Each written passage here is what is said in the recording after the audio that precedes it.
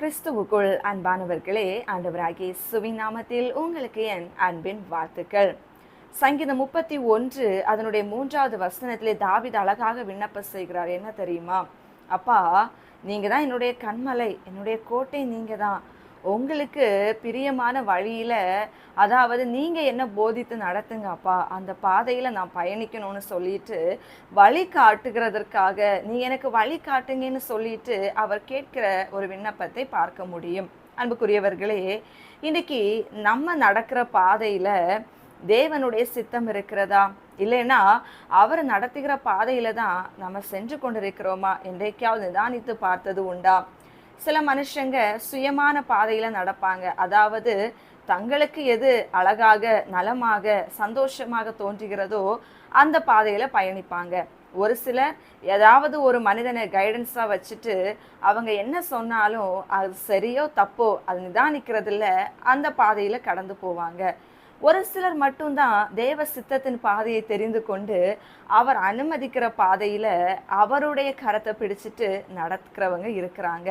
இங்கே தாவீதினுடைய இந்த சங்கீதத்தின்படி நம்ம வாசிக்கின்ற தியானிக்கின்ற பொழுது கர்த்தர் நமக்கு கற்றுக் கொடுக்கிறது, நீங்களும் ஒரு தாவீதை போல ஆண்டவர் அனுமதிக்கிற பாதையில நீங்கள் நடக்கும்படி அவர்கிட்ட பாதையை கேளுங்கன்னு சொல்லிட்டு தேவன் நமக்கு கற்றுக் கொடுக்கிறாரு.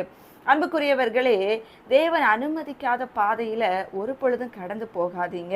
அந்த பாதையின் முடிவுல நிச்சயமாக சமாதானத்தையோ, வெற்றியையோ, நன்மையையோ பார்க்க முடியாது. நிச்சயமாக ஆபத்தை தான் நம்ம சந்திக்க வேண்டியது இருக்கும்.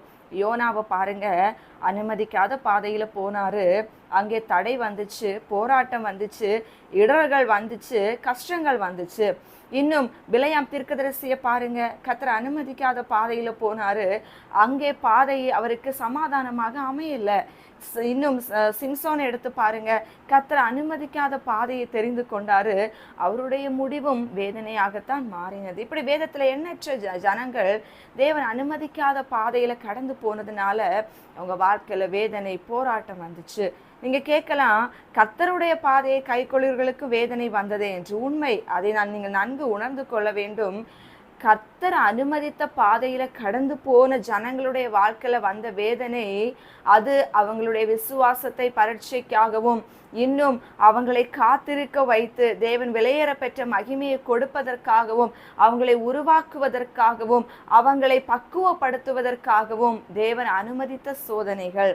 அதே நேரத்துல கீழ்ப்படியாமல் தேவன் அனுமதிக்காத பாதையில கடந்து போனவங்க வாழ்க்கையில வந்த போராட்டத்துக்கு காரணம் என்ன? தேவ கோபம் அவங்க வாழ்க்கையில வந்துச்சு. கீழ்ப்படிந்தவங்க வாழ்க்கையில தேவ கோபம் வரல, அவங்கள கர்த்தர் உருவாக்கிட்டு இருந்தாரு. கீழ்ப்படியாதவங்க வாழ்க்கையில தேவ கோபம் வந்து வேதனைகள் வந்தது. இங்கே முடிவு வேதனையும் அழிவும். ஆனால் அங்கே அனுமதித்த பாதையில கடந்து போனவங்களுடைய வாழ்க்கையின் முடிவு மேன்மை, வெற்றி, ஆசீர்வாதம், சாட்சிகள், உயர்வுகள், நன்மைகள் என்று எண்ணற்ற காரியங்களை சொல்லி கொண்டு போகலாம். இதாம் இரண்டுக்கும் இடையே உள்ள வேறுபாடு. ஆகையினால் கேட்கிறேன் அன்பு ஜனமே, தேவன் அனுமதிக்காத பாதையில ஒரு பொழுதும் கடந்து போகாதீங்க. அது எவ்வளவு பெரிய மாய்மாலமான காரியங்கள் உங்களை வசப்படுத்தி கொண்டு உங்களுடைய கண்களுக்கும் உங்க பார்வைக்கும் உங்களுடைய எல்லாவற்றுக்கும் அது அழகானதாக, இச்சைக்குரியதாக இருக்கலாம். வேண்டாம் அந்த பாதை. அது இப்பொழுது சந்தோஷத்தை கொடுக்கிறது போல இருக்கும், முடிவுல வேதனையை கொடுக்கும். ஒரு சிம்சோனுடைய வாழ்க்கையை போல, ஒரு யோசேப்பினுடைய வாழ்க்கையை போல கர்த்தர் அனுமதித்த பாதையில போகிற பொழுது ஒருவேளை தொடக்கத்துல பாதையில எல்லாம் கஷ்டம் இருக்கலாம், ஆனா முடிவு சந்தோஷமா இருக்கும். ஆரம்பத்துல சந்தோஷத்தை எடுத்துக்கொண்டு முடிவுல வேதனையை நீங்க சுமந்து கொள்ளாமல் இருக்கும்படி தேவன் அனுமதித்த பாதையில, அவர் நடத்துகிற பாதையில போகும்படிக்கு உங்கள் பாதையை ஒப்பு கொடுங்க. அப்பொழுது ஆரம்பம் ஒருவேளை அற்பமாக இருந்தாலும் முடிவு சம்பூரணமாக இருக்கும் என்பதனை மறந்து விடாதீங்க.